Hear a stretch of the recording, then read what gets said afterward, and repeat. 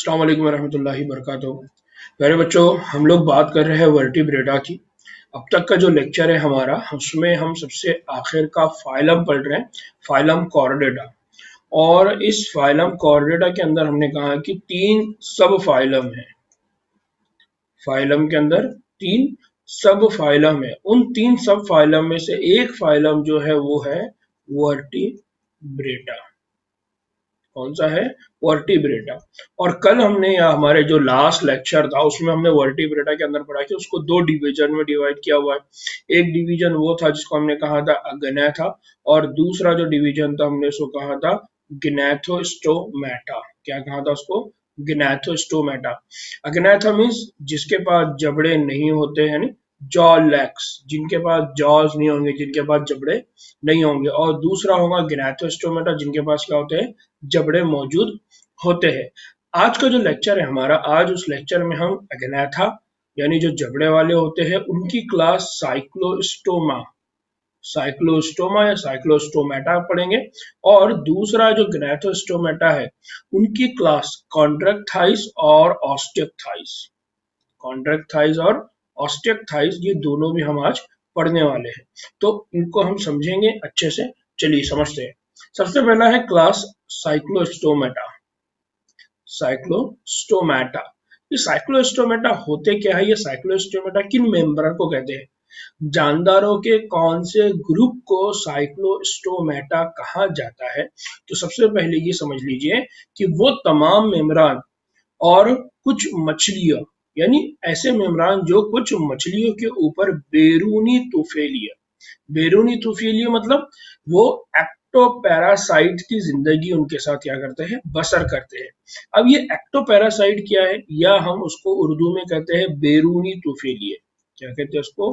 बैरूनी तुफैलिया। एक तो ये है तुफैलिया। तुफैलिया मतलब वो जो बिन बुलाया मेहमान है, यानी कोई बैक्टीरिया है, कोई वायरस है, वो इंसान के जिस्म के अंदर आ जाए और वहां पर वो अपनी जिंदगी गुजारना, जिंदगी बसर करना शुरू कर दे।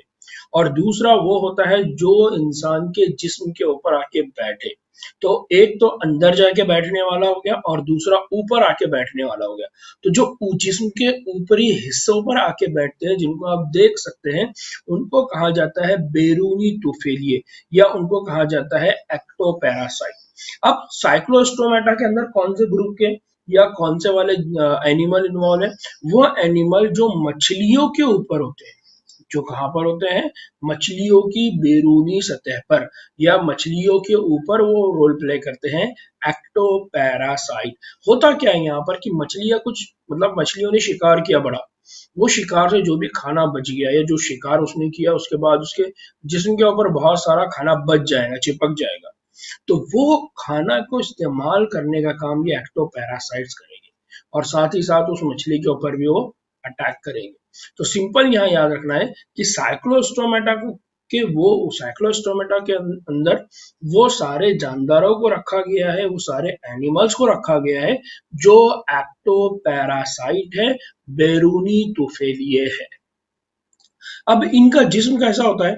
तो इनका जो जिस्म होता है वो लंबा होता है, ये इनकी हाइट जो होती है वो बहुत ज्यादा होती है। दूसरा, इनका जो मुंह है, यानी यहाँ पर जो वर्ड इस्तेमाल किया हुआ है दहन, है ना, हम बोलते हैं लौब दहन, यानी मुंह से निकलने वाला लौब।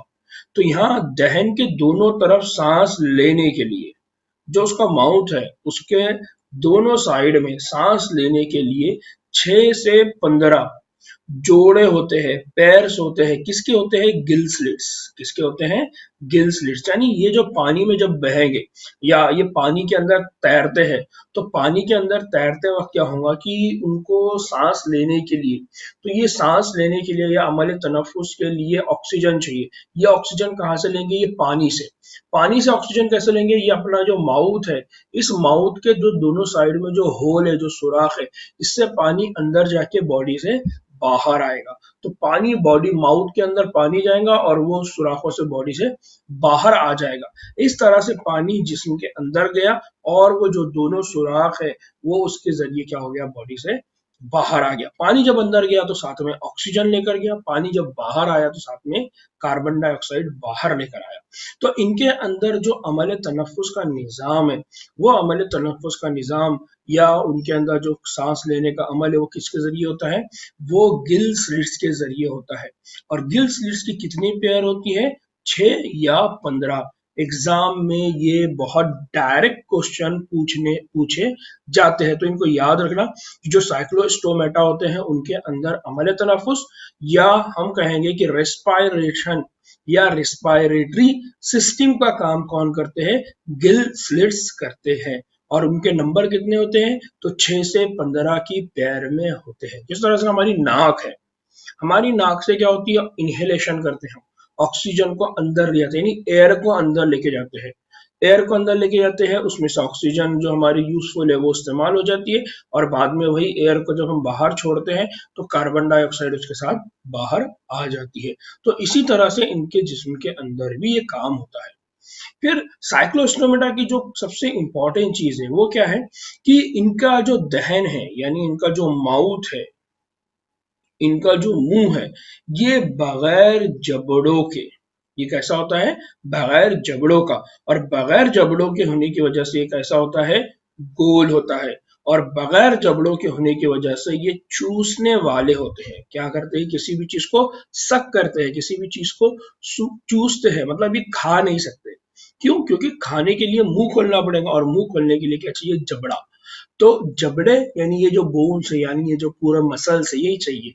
लेकिन इनके पास जबड़ा नहीं है, इनके पास ये पूरे मसल्स नहीं है, जिसकी वजह से मुंह खोल नहीं सकते। तो इनका जिस्म गोल रहेगा, और गोल होने की वजह से ये क्या करेंगे, चूसने का काम करेंगे। तो सबसे इंपॉर्टेंट चीज जिसकी वजह से साइक्लोस्टोमेटा ग्रुप बना है वो क्या है, कि ये जॉ लेस होते हैं। कैसे होते हैं ये, जॉ लेस। जॉ लेस मतलब बगैर जबड़ों के। कैसे होते हैं, बगैर जबड़ों के। और जब कोई चीज बगैर जबड़ों की होंगी तो आप खुद इसको इमेजिन कर सकते हैं कि वो दिखाई कैसे देंगी, वो दिखाई देंगी गोल। और अगर उसको खाने के लिए इस्तेमाल करना है तो उसको क्या करना पड़ेगा, चूसना पड़ेगा किसी भी चीज को, है ना।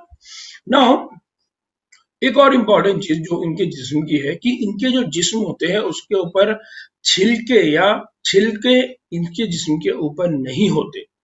और जोरदार फिन्स, फिन्स मतलब जो छोटे छोटे हाथ होते हैं जिसके जरिए वो पानी में तैर सकते हैं।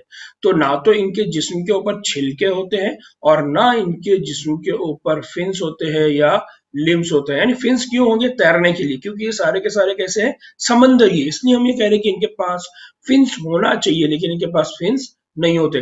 तो अब आप साइक्लोस्टोमेटा को आसानी से पहचान सकते हैं। एक तो उनका माउथ देख के, उनके दहन को देख के, उनके मुंह को देख के। दूसरा, उनके जिस्म के ऊपर, उनकी जिस्म किस तरह से बनी हुई है। तो उनके जिस्म पर अगर छिलके नहीं है और उनके जिस्म के ऊपर अगर फिन्स नहीं है, तो आप कह सकते हैं कि ये कौन है, ये साइक्लोस्टोमेटा है। फिर इनके पास क्या होता है कि क्रेनियम, क्रेनियम मतलब जो ये ब्रेन, हमारी जो खोपड़ी है, खोपड़ी की जो ऊपर की ये जो हड्डी है, इसको कहा जाता है क्रेनियम। और दूसरा होता है वर्टिब्रल कॉलम, यानी जो हमारी रीढ़ की हड्डी है, तो इसको हम क्या कहते हैं, वर्टिब्रल कॉलम। तो ये जो क्रेनियम है और जो वर्टिब्रल कॉलम है, ये कार्टिलेज की बनी होती है। किसकी बनी होती है, कार्टिलेज। यानी अगर मैं अपने, या हम हमारे, अगर ये हेड की बात करें या हमारी वर्टिब्रल कॉलम की बात करें, तो ये हड्डी की बनी हुई है। ये क्या की बनी हुई है, हड्डी की। और हड्डी की बनी होने की वजह से ये मजबूत है। आप इसके ऊपर कभी भी कोई भी नरमी नहीं देखेंगे। जबकि कार्टिलेज जो हमारा हाथ है, फॉर एग्जांपल हाथ की जो मसल्स है, ये मसल्स है, या पाव की जो मसल्स है, ये जिस तरह से मेरा हाथ मूव कर रहा है, तो ये मूवमेंट के लिए जो मसल्स है, ये मसल्स कार्टिलेज है। क्यों, क्योंकि कार्टिलेज नर्म होती है, उसके अंदर फोल्डिंग हो सकती है। तो इनका जो क्रेनियम है, यानी इनका जो सर की हड्डी है, सॉरी सर, जो सर है, सर किससे बना हुआ है, कार्टिलेज। और इनका जो वर्टिब्रल कॉलम है वो भी किससे बना हुआ है, कार्टिलेज। इसको याद रखिए, बार बार वर्ड बोल रहा हूं मैं, वो क्या है, कार्टिलेज। क्या बोल रहा हूं, कार्टिलेज। इनकी जो खोपड़ी है या इनकी जो वर्टिब्रल कॉलम है वो हड्डी नहीं है, बल्कि वो क्या है, वो कार्टिलेज है। नाउ इनका जो सर्कुलेटरी निज़ाम है, सर्कुलेटरी निज़ाम मतलब दौरान खून, अमल दौरान खून, हार्ट से जो ब्लड निकलेगा, दिल से जो खून निकलेगा वो पूरी बॉडी में गर्दिश करेगा, वो जिस्म के हर हिस्से को जाएगा, जिस्म के हर सेल तक वो खून जाएगा। तो यहाँ पर ये जो सर्कुलेटरी सिस्टम होता है या दौरान खून का निज़ाम होता है, ये किस तरह का होता है? ये बंद टाइप का होता है, बंद किस्म का होता है, क्लोज सिस्टम होता है। साइक्लोस्टोमेटा जो होते हैं ये समुद्री जानवर होते हैं, लेकिन अगर तौलीदी अमल की बात की जाए यानी रिप्रोडक्शन के अमल की बात की जाए, तो होता क्या है कि ये अपने तौलीदी अमल को अंजाम देने के लिए मीठे पानी की तरफ क्या करते हैं? हिजरत करते हैं। जब भी इनको लगता है कि अब तौलीदी अमल होने वाला है, या अमल फर्टिलाइजेशन का अमल होने वाला है, रिप्रोडक्शन का अमल होने वाला है, तो रिप्रोडक्शन के अमल के लिए ये किधर चले जाते हैं? मीठे पानी की तरफ चले जाते हैं और अंडे देते हैं। और ये क्या करते हैं? ये अंडे देते हैं। अंडे देते हैं मतलब ये कौन से जानवर हो गए? ये ओवीपेरस। कौन से जानवर हो गए ये? ओवीपेरस। ओवीपेरस मतलब अंडे देने वाले। अंडे देते हैं और अंडे देने के कुछ ही दिनों के बाद इनकी क्या हो जाती है? मौत हो जाती है, ये मर जाते हैं। तो ये बहुत इंपॉर्टेंट चीज इनके मामले में याद रखना, और एग्जाम में इस पे क्वेश्चन पूछा जाता है कि साइक्लोस्टोमेटा की प्रॉपर्टीज क्या क्या है। तो उस प्रॉपर्टीज के अंदर ये एक प्रॉपर्टी लिखी जाती है, ये एक खुसूसियत लिखी जाती है और पूछा जाता है कि ये साइक्लोस्टोमेटा की प्रॉपर्टी है या नहीं है। क्या? कि अंडे देने के बाद कुछ ही दिनों में इनकी मौत हो जाती है। ये प्रॉपर्टी पूछी जाती है कि ये सही है या गलत है। तो ये बात याद रखिए हमेशा कि साइक्लोस्टोमेटा अपने अंडे देने के बाद यानी रिप्रोडक्शन के अमल करने के बाद इनकी क्या हो जाती है? मौत हो जाती है। फिर अंडों में से क्या होता है? जब ये अंडे दे देते हैं तो अंडों में से सबसे पहले क्या निकलते हैं? अंडों में से सबसे पहले निकलते हैं लार्वा। अंडे में से सबसे पहले क्या निकले? लार्वा। और ये लार्वा के अंदर होता है मेटामॉर्फोसिस। लार्वा के अंदर क्या होता है? मेटामॉर्फोसिस। मेटामॉर्फोसिस का मतलब क्या है? मॉर्फोसिस का मतलब होता है मॉर्फोलॉजी। मॉर्फोसिस का मतलब क्या होता है? मॉर्फोलॉजी। और मॉर्फोलॉजी का मतलब होता है हमारा शेप, हमारा जिस्म के पार्ट किस तरह से दिखाई दे रहे हैं। मेरी आंखें गोल दिखाई दे रही है, मेरा चेहरा गोल दिखाई दे रहा है, मेरे बाल काले दिखाई दे रहे हैं। तो मॉर्फोलॉजी यानी नाक नक्शा, जैसा हम बोलते हैं ना कि इसका नाक वो नक्शा बहुत अच्छा है, ये बहुत खूबसूरत दिख रहा है, इसका नाक वो नक्शा ऐसा है, इसका नाक वो नक्शा वैसा है। तो ये जो नाक वो नक्शा है, ये बनने का जो अमल होता है उसको कहा जाता है मॉर्फोजेनेसिस। क्या कहा जाता है इसको? मॉर्फोजेनेसिस। तो मेटामॉर्फोसिस, मॉर्फोजेनेसिस होने के बाद फिर से मॉर्फोजेनेसिस होना। क्या समझ में आया? एक मर्तबा आपका नाक व नक्शा बना, फिर उस नाक व नक्शे के अंदर दोबारा और चेंजेस होंगे, दोबारा और तब्दीली होंगी, तो उस प्रोसेस को कहा जाता है मेटामॉर्फोसिस। ठीक है? तो मॉर्फोलॉजी मतलब नाक व नक्शा, आपका जिस्म का शेप कैसा दिखाई दे रहा है, इसको कहा जाता है मॉर्फोलॉजी। इस मॉर्फोलॉजी से वर्ड बना हुआ है मॉर्फोसिस, और मॉर्फोसिस से दूसरा वर्ड बना हुआ है मेटामॉर्फोसिस। इसको याद रखिए। तो अंडों में से सबसे पहले क्या निकलते हैं? लार्वा। और ये लार्वा के अंदर अंदर क्या होता है? मेटामॉर्फोसिस। और मेटामॉर्फोसिस होने की वजह से वो जवान हो जाएंगे, यंगर हो जाएंगे, बड़े हो जाएंगे, समझदार हो जाएंगे। और उसके बाद वो क्या करेंगे? उसके बाद वो वापस समंदर की जानिब क्या करते हैं? हिजरत करते हैं। तो ये बहुत इंपॉर्टेंट चीज है, इसको याद रखना है आपको कि जो साइक्लोस्टोमेटा होते हैं, ये साइक्लोस्टोमेटा जब यंगर होते हैं, बड़े होते हैं, तो इनके अंदर रिप्रोडक्शन का अमल होता है। और रिप्रोडक्शन का अमल करने के लिए कहाँ पर चले जाते हैं? मीठे पानी में। लेकिन मीठे पानी में जब ये रिप्रोडक्शन का अमल करते हैं, अंडे वगैरह दे देते हैं, तो वहां इनकी डेथ हो जाती है। इसका मतलब ये शुरुआत इनकी जिंदगी समंदर, बाद में पानी के अंदर आके इनकी डेथ हो गई। दोबारा इनके अंडों से बच्चे निकलेंगे, वो बच्चे बड़े होंगे, फिर वो साइक्लोस्टोमेटा बनेंगे, फिर वो समंदरी पानी में रहेंगे। जब मौका आएगा कि रिप्रोडक्शन का अमल होने वाला है, वो वापस से मीठे पानी की तरफ आ जाएंगे, और वहां पर जब वो अंडे दे देंगे तो उनकी वहां पर क्या हो जाएगी? मौत हो जाएगी। तो ये जो प्रोसेस है इसको याद रखिए, एग्जाम में इस पर क्वेश्चन पूछा जाता है, एग्जाम में इस पर घुमा फिरा के क्वेश्चन किए जाते हैं। नाउ बच्चों, इसकी मिसालें क्या है? इसकी मिसालें हेटेरोमाइजोन। इसकी एक मिसाइल क्या है, हेटेरोमाइजोन या लैम्प्रे, क्या कहा जाता है उसको, लैम्प्रे। ये देखिए ये लैम्प्रे है, ये लैम्प्रे का स्ट्रक्चर है, ये लैम्प्रे है। इस तरह से लैम्प्रे दिखाई देता है। तो आप देखेंगे कि ये एक्सटर्नल गिल स्लिट्स है, ये उसकी आंखें है, ये उसका ये माउथ है, माउथ को बक्कल बक्कल कैविटी कहा जाता है, नॉस्ट्रिल उसकी नाक है ना, ये सारे उसके बॉडी के जिस्म के पार्ट है। और ये क्या है, लैम्प्रे। तो एग्जाम्पल याद रखिए, साइक्लोस्टोमेटा की दो ही एग्जाम्पल है, एक है हेटेरोमाइजोन या लैम्प्रे और दूसरा है मैक्सॉन मिक्साइन। दूसरा कौन है, मिक्साइन, या उसको कहा जाता है हैगफिश। क्या कहा जाता है उसको, हैगफिश। ये दूसरा हैगफिश है, इसका माउथ है और ये उसके पास म्यूकस ग्लैंड है, अगेन यहाँ पर गिल स्लिट्स है ना। तो ये बेसिक एग्जाम्पल्स है, आम एग्जाम्पल्स है, इनको आपको याद रखना है क्योंकि एग्जाम में क्वेश्चन पूछा जाता है। तो एक एग्जाम्पल क्या है, हेटेरोमाइजोन लैम्प्रे, और दूसरा एग्जाम्पल है मिक्साइन या हैगफिश, इसको याद रखिए। नाउ अब हम बात कर रहे हैं कॉन्ट्रैक्टाइल्स।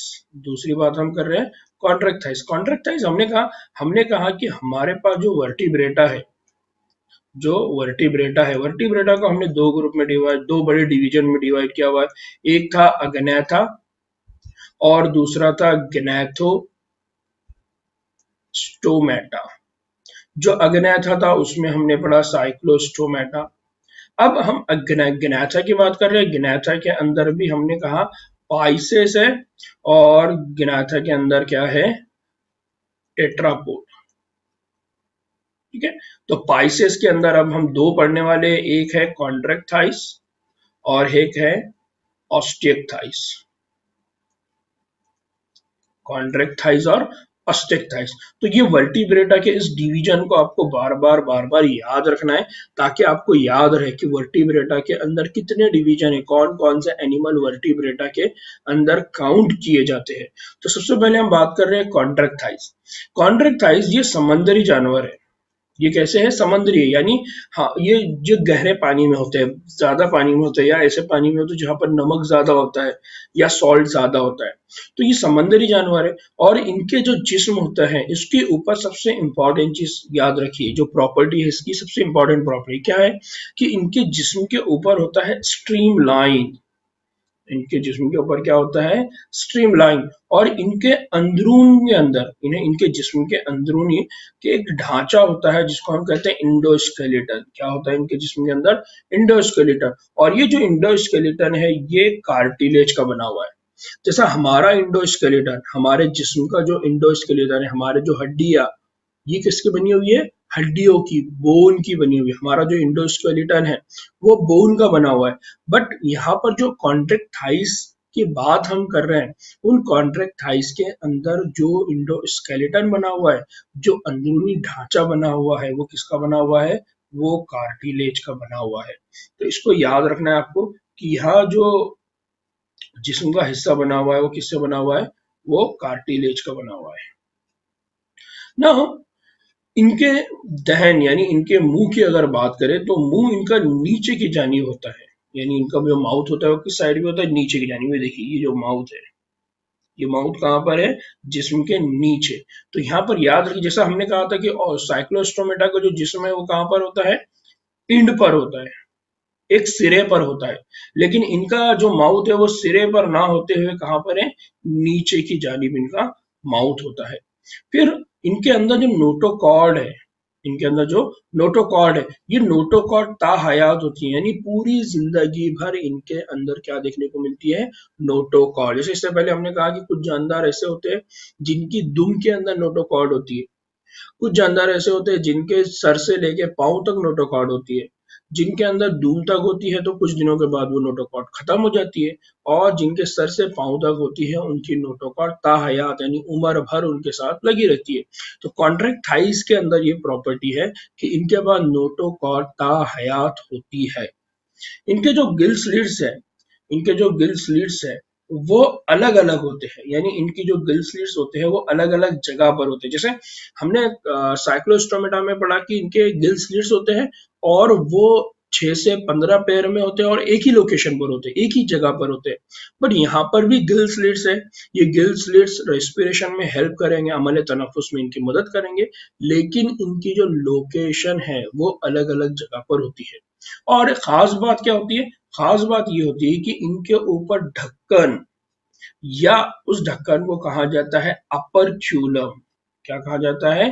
अपर क्यूलम नहीं होते, यानी इनके ऊपर कोई स्पेशल कवरिंग नहीं होती, बल्कि ये जो गिल स्लिट्स है ये ओपन होते हैं। तो आपने मछलियों को अक्सर देखा होगा, मछलियों के अगर आपने उनका जो माउथ है उस माउथ के थोड़ा सा पीछे जाके अगर आपने देखा होगा ना, तो आपको एक हिस्सा दिखता है जो इस तरह से होता है। यानी फिश है, ये फिश की आंखें हैं और यहाँ पर एक हिस्सा दिखता है। अगर आप इसको पुल करते, इसको खींचते हैं, तो आपको यहाँ से ना कुछ सुराग देखने को मिलेंगे। तो ये जो है ये क्या है? ये अपर क्यूलम है, यानी ये कवर है जिसमें वो जो गिल स्लिट्स होते हैं, जहां से पानी इंटर होता है, पानी बाहर आता है, उसको ढक के रखा होता है। तो ये जो जानदार होते हैं उनके अंदर गिल स्लिट्स होते हैं और अलग अलग जगह पर होते हैं। बट इस गिल स्लिट्स के ऊपर कोई हिफाजती दीवार, कोई प्रोटेक्शन नहीं होता, वहां पर कोई ढक्कन या अपर क्यूलम नहीं होता। फिर इनकी जो खाल होती है, इनका जो जिस्म की खाल होती है वो सख्त होती है। इनकी जो खाल होती है वो कैसी होती है? सख्त होती है। और बाहरी सतह पर, यानी इनके जिस्म के बाहरी सतह पर प्लेकॉइड छिलके होते हैं। यानी क्या होते हैं? इनके जिस्म के ऊपर क्या होते हैं? छिलके होते हैं। इन छिलकों को कहा जाता है प्लेकॉइड। छिलकों को क्या कहा जाता है? प्लेकॉइड। तो इनकी जो खाल होती है वो बहुत सख्त होती है, स्ट्रांग होती है, और इनके बाहरी जिस्म के ऊपर क्या होते हैं? प्लेकॉइड होते हैं। तो ये बहुत इंपॉर्टेंट है, इनकी प्रॉपर्टीज को याद रखना है। सबसे पहली प्रॉपर्टी को इनको याद रखना है जो बहुत इंपॉर्टेंट है, कि कॉन्ट्रैक्ट थाइस के अंदर स्ट्रीम लाइंस होती है। क्या होती है? स्ट्रीम लाइंस होती है, जिसकी वजह से इनको पहचाना जाता है। यानी लंबी लंबी सीधी सीधी इनके जिस्म के ऊपर क्या होंगी? लाइन होगी, यानी इस तरह की। यानी ये फिश है तो इसके ऊपर ये जो लाइन दिख रही है आपको इस तरह की, तो इस तरह की लाइन उनके ऊपर होंगी, जिसको देखकर आप समझ जाएंगे स्ट्रीम लाइन होती है। फिर इनके अंदर क्या होते हैं? दांत। दांत किस तरह के होते हैं? इनके दांत भी जो प्लेकॉइड है, प्लेकॉइड स्केल्स में तब्दील होकर अंदर की तरफ मुड़े हुए होते हैं। यानी इनके जो जिस्म के इनके जो दांत होते हैं, वो दांत भी आगे चल के प्लेकॉइड स्केल में क्या हो जाते हैं? तब्दील हो जाते हैं और अंदर की तरफ मुड़ जाते हैं।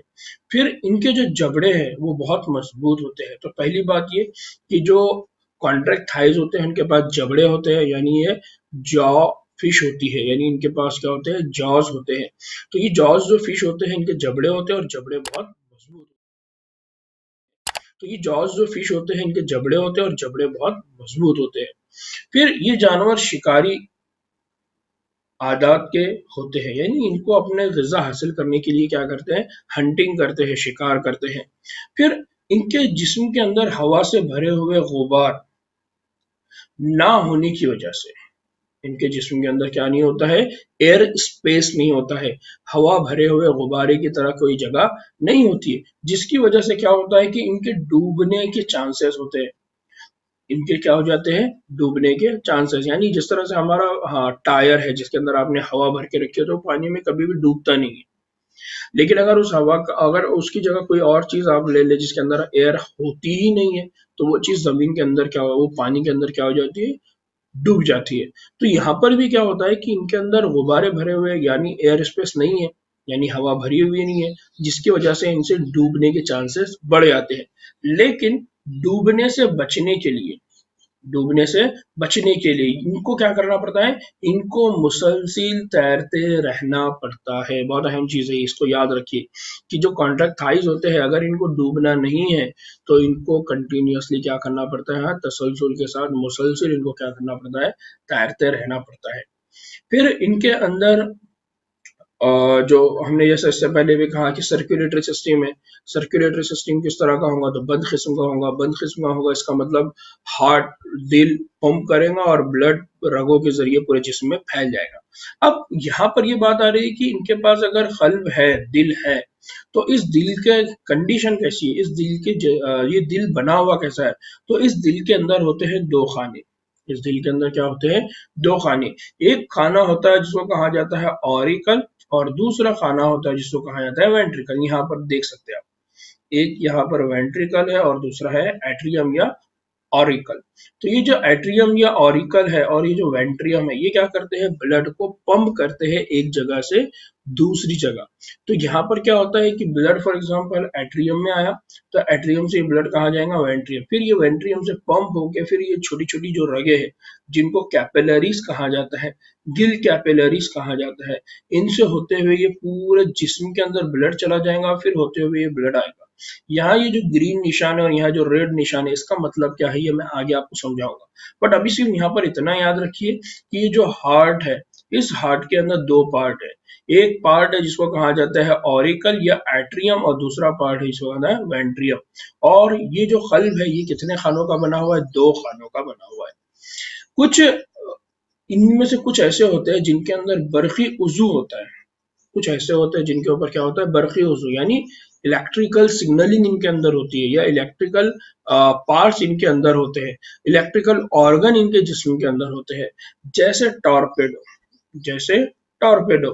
तो इससे होता क्या है, इससे होता ये है कि फॉर एग्जांपल कोई जानदार इनके ऊपर शिकार करने आ गया या इन्होंने किसी को शिकार किया, तो ये क्या करेंगे, वहां पर करंट प्रोड्यूस करेंगे, वहां पर ये करंट बनाएंगे, वहां पर वो बिजली बनाएंगे, वहां पर वो बर्फ बनाएंगे, जिसकी वजह से वो शिकार इनके ऊपर हमला नहीं करेगा और डरकर भाग जाएगा। तो ये इनके अंदर क्या होते हैं, बर्फी उज़ू होते हैं, जिससे ये बर्फ पैदा करते हैं, बिजली पैदा करते हैं, इलेक्ट्रिसिटी पैदा करते हैं अपनी हिफाजत करने के लिए, अपने आप को बचाने के लिए। जैसे टॉर्पेडो, ये जो एग्जाम्पल है ये क्या है, टॉर्पेडो के एग्जाम्पल है। और कुछ ऐसे होते हैं जिनमें जहरीले डंक होते हैं, कुछ ऐसे होते हैं जिसमें क्या होते हैं, जहरीले डंक, जैसे ट्राइगॉन, जैसे ट्राइगॉन। तो अगर ये इनको अगर किसी का शिकार करना हो या इनको अपने शिकार से बचना हो, तो या तो ये बर्फ पैदा करेंगे या तो ये जहरीले डंक का इस्तेमाल करेंगे, जिसकी वजह से जो शिकारी है ये इनसे दूर भाग जाएगा, या ये आसानी से क्या करेंगे, अपना शिकार करेंगे, अपना खाना बना के लेंगे। ये जानदार जो होते हैं, इनका जो जिस्म होता है उसके अंदर एक और खास बात है कि ये सर्द खूनी जानवर है। कैसे जानवर है ये, सर्दखोरी जानवर। और सर्दखोरी जानवर को या सर्द खूनी जानवर को कहा जाता है पोइकिलोथर्मस। क्या कहा जाता है इनको, पोइकिलोथर्मस। क्या मतलब होता है पोइकिलोथर्मस या खूनी जानवर का, पोइकिलोथर्मस या खूनी जानवर का मतलब ये होता है कि ये जो जानदार ये पानी में अपने जिस्म के दर्जे हरारत को कंट्रोल करने की खासियत नहीं रखते। ये बहुत इंपॉर्टेंट चीज है, इसको याद रखिए कि दो चीजें होती है, एक होता है सर्दखूनी जानवर और एक होता है गर्मखूनी जानवर। सर्दखूनी मतलब कोल्ड ब्लडेड एनिमल और गर्मखूनी मतलब वार्म ब्लडेड एनिमल। सर्दखूनी जानवर का मतलब क्या होता है, ऐसे जानदार जिनके बॉडी के अंदर टेम्परेचर को या दर्जे हरारत को कंट्रोल करने की सलाहियत नहीं होती, उनको क्या कहते हैं, सर्दखूनी या कोल्ड ब्लडेड। और गर्म खूनी या वार्म ब्लडेड मतलब दर्जे हरारत को कंट्रोल करने की सलाहियत होती है। अब इसका मतलब क्या है, for example cold blooded animal ऐसे एनिमल होंगे जिनका बॉडी का टेम्परेचर, जिनके बॉडी का टेम्परेचर इन्वायरमेंट या माहौल के दर्जे हरारत के साथ क्या हो जाएगा, तब्दील हो जाएगा। क्या हो जाएगा, तब्दील हो जाएगा। जैसे फॉर एग्जांपल इन्वायरमेंट का टेम्परेचर 60 हो गया तो इनका जिस्म का टेम्परेचर भी 60 हो गया, या इनका इन्वायरमेंट का टेम्परेचर 10 हो गया तो इनका भी इनके बॉडी का टेम्परेचर भी क्या हो जाएगा, 10 हो जाएगा। नतीजे में क्या होगा कि अगर इनके बॉडी का टेम्परेचर 60 हो गया या इनके बॉडी का टेम्परेचर 10 हो गया तो इनकी उससे क्या हो जाती है, डेथ। ये क्या हो जाता है, मर जाते हैं। जैसा हम अक्सर देखते हैं मच्छर, जैसे ही अचानक में टेम्परेचर बढ़ता है, यानी बरसात खत्म होती है, सर्दी के दिन आते हैं और गर्मी के दिन आते हैं, तो बरसात में तो मच्छर हमको हर जगह दिखाई देते हैं, वो आसानी से घूमते फिरते हमको दिखते हैं। लेकिन बहुत ज्यादा सर्दी होने पर भी बहुत सारे मच्छर खत्म हो जाते हैं। बहुत ज्यादा गर्मी होने पर भी मच्छर खत्म हो जाते हैं। क्यों? क्योंकि बहुत ज्यादा टेम्परेचर बढ़ जाता है गर्मी में, जिसकी वजह से ये टेम्परेचर को, अपने बॉडी के टेम्परेचर को कंट्रोल नहीं कर पाते, मर जाते हैं। या बहुत ज्यादा गर्मी होती है जिसकी वजह से ये बहुत ज्यादा सर्दी होती है, अब ये अपने बॉडी के टेम्परेचर को कंट्रोल नहीं कर पाते, इसकी वजह से भी क्या हो जाते हैं, मर जाते हैं। इसी तरह से समंदर के अंदर बहुत सारी मछलियां होती है जो आपको पानी के अंदर यानी गर्मियों के दिनों में दिखेंगी, मरना शुरू हो जाती है। क्यों मरना शुरू होती है? क्योंकि पानी का टेम्परेचर बढ़ रहा है। पानी के टेम्परेचर बढ़ने के साथ साथ इनके जिस्म का टेम्परेचर भी बढ़ेगा। जिस्म का टेम्परेचर बढ़ने की वजह से इनके बॉडी के अंदर जो प्रोटीन है वो भी धीरे धीरे ब्रेक डाउन होना शुरू होंगे। इनका ब्लड है वो ब्लड ब्रेक डाउन होना शुरू होंगे। इनका जो हार्ट है वो धीरे धीरे काम करना बंद कर देगा। इनके बॉडी के अंदर जितने भी एंजाइम है वो सारे डीनेचर होना शुरू हो जाएंगे, टूटने फूटने शुरू हो जाएंगे, नतीजे में उनकी क्या हो जाएंगी, डेथ। तो ये बहुत इंपॉर्टेंट चीज है। इसके मुकाबले में गर्म खून वाले क्या होते हैं, या वार्म ब्लडेड, जैसे इंसान। इंसान के बॉडी का टेम्परेचर कितना होता है, 35 डिग्री सेल्सियस, या हम ये कहेंगे कि 37 डिग्री सेल्सियस। असल में तो 37 डिग्री सेल्सियस होना चाहिए। अब सर्दी के दिन हो तब भी 37 डिग्री सेल्सियस, गर्मी के दिन हो तब भी 37 डिग्री सेल्सियस। आप अंटार्कटिका में चले जाओ तब भी बॉडी का टेम्परेचर 37 डिग्री सेल्सियस ही मेंटेन होता है।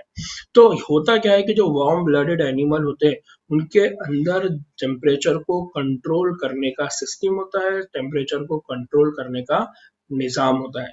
इसकी वजह से ये बहुत हर जगह पर ये क्या करते हैं, आसानी से सरवाइव कर जाते हैं, जिंदा रह जाते हैं। तो इसको आपको याद रखना है कि जितना जो कॉन्ट्रैक्ट थाइज है, वो कॉन्ट्रैक्ट थाइज कैसे होते हैं, सर्द खूनी जानदार होते हैं, कोल्ड ब्लडेड एनिमल होते हैं। और हमेशा याद रखिए कि जो भी कोल्ड ब्लडेड एनिमल होगा उसके जिस्म के अंदर टेम्परेचर को या दर्जे हरारत को कंट्रोल करने का सिस्टम नहीं होगा। फिर इनके अंदर क्या होते हैं, इनके अंदर जिस्म अलहदा होते हैं। इनके जो जिन्स होते हैं वो कैसे होते हैं, जिन्स अलहदा होते हैं। जिन्स अलहदा होते हैं मतलब ये कैसे होंगे, डायोशियस, यानी मेल अलग होगा, फीमेल अलग होगा। फिर इनके अंदर जो अमले बारावरी होती है वो अंदरूनी अमले बारावरी होती है, यानी मेल और फीमेल के इंटरेक्शन के बाद यहाँ पर क्या होगा, फर्टिलाइजेशन का अमल होगा, अमले बारावरी होगी। क्यों? और वो भी अमले बारावरी किस किस्म की होंगी, अंदरूनी। कई नो इनके अंदर कई नो ऐसी होती है जो देवी पैरस यानी नौ मौलूद पैदाइश होते हैं। कैसे होते हैं, नौ मौलूद पैदाइश। देवी पैरस में नहीं, देवी पैरस के मतलब क्या होता है कि इनके पास नए नए डेवलपमेंट होता है, यानी नया नया वो पैदा होता है, नया उनका जन्म होता है।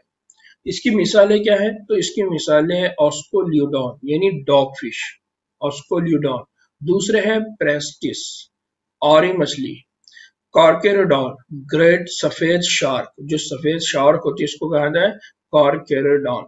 और रेंकोडॉन यानी व्हील शार्क, जो व्हील मछली होती है, व्हील शार्क होती है, उसको कहा जाता है रेंकोडॉन। ये जितने भी फिशेस है, तो इनकी खास बात क्या होती है, अगर आप नाम पढ़ेंगे या आपने फिशेस को देखा होगा तो इनके जो दांत होते हैं, इनके दांत बड़े बड़े होते हैं और इनके दांत अंदर की जानिब होते हैं, बाहर नहीं होते। कहाँ होते हैं, अंदर की जानिब में होते हैं। तो इनके जिस्म होता है वो बहुत प्रोटेक्शन होता है जिस्म के ऊपर, क्या बोलेंगे आप, प्लेकॉइड्स होती है जिसकी वजह से उनकी हिफाजती झिल्ली बनी हुई होती है, वो उससे बचते हैं।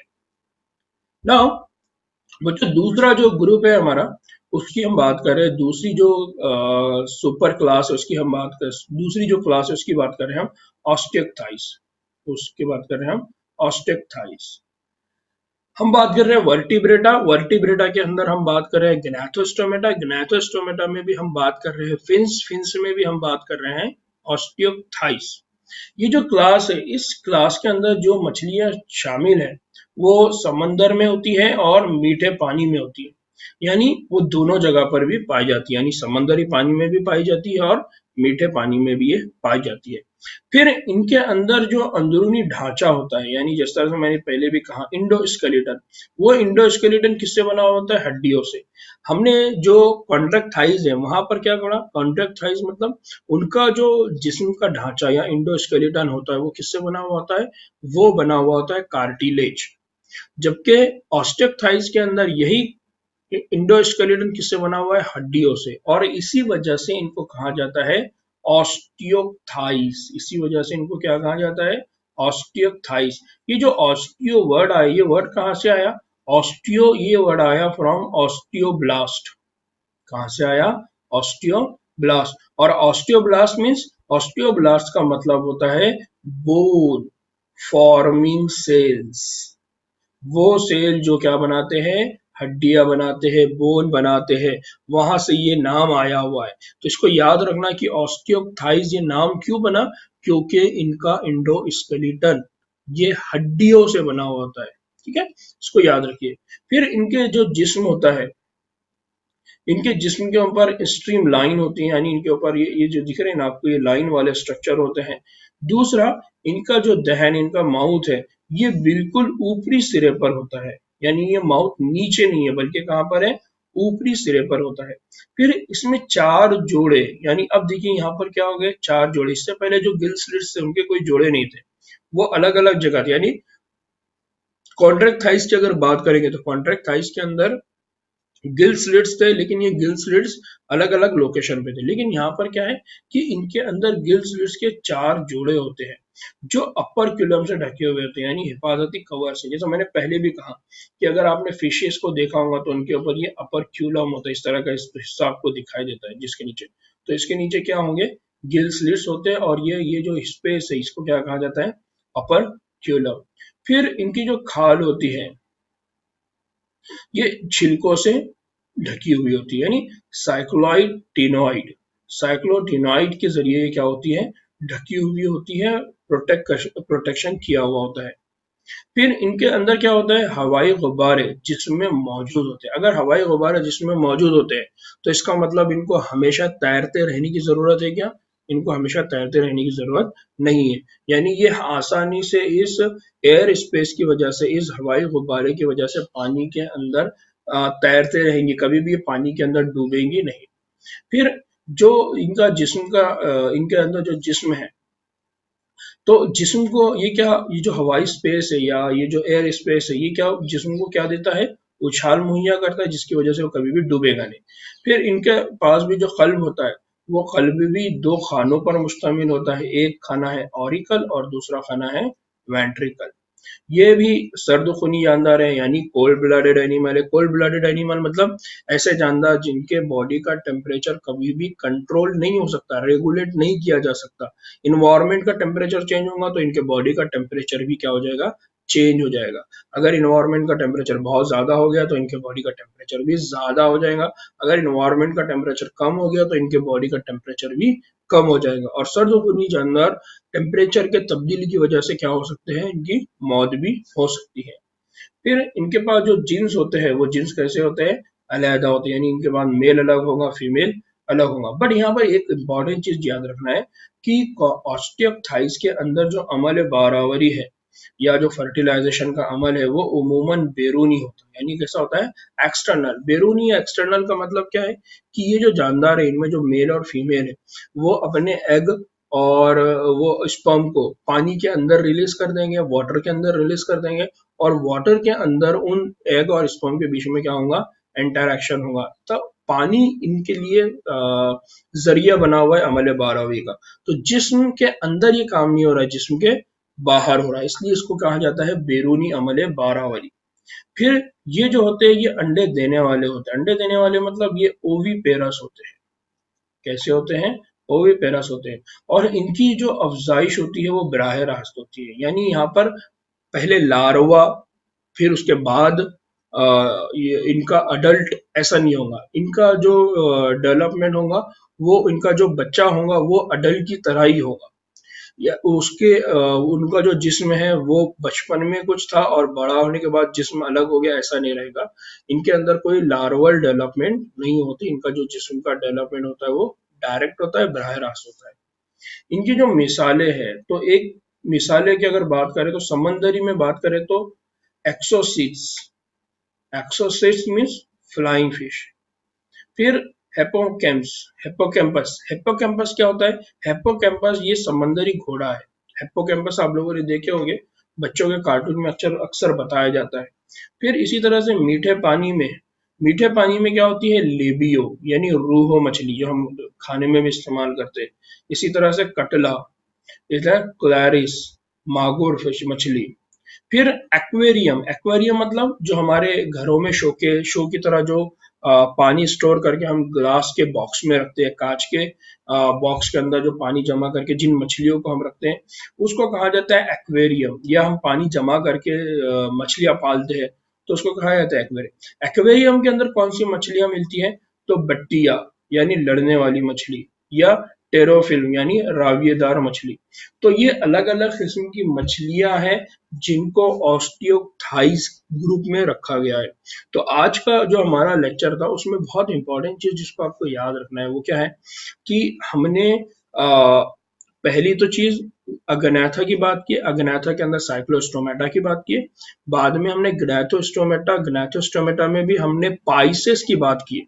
अभी टेट्रापोड हम पढ़ने वाले हैं। टेट्रापोड के अंदर हम एम्फीबिया, रेप्टाइल, एव्स, ये सब के हम आगे स्टडी करने वाले हैं।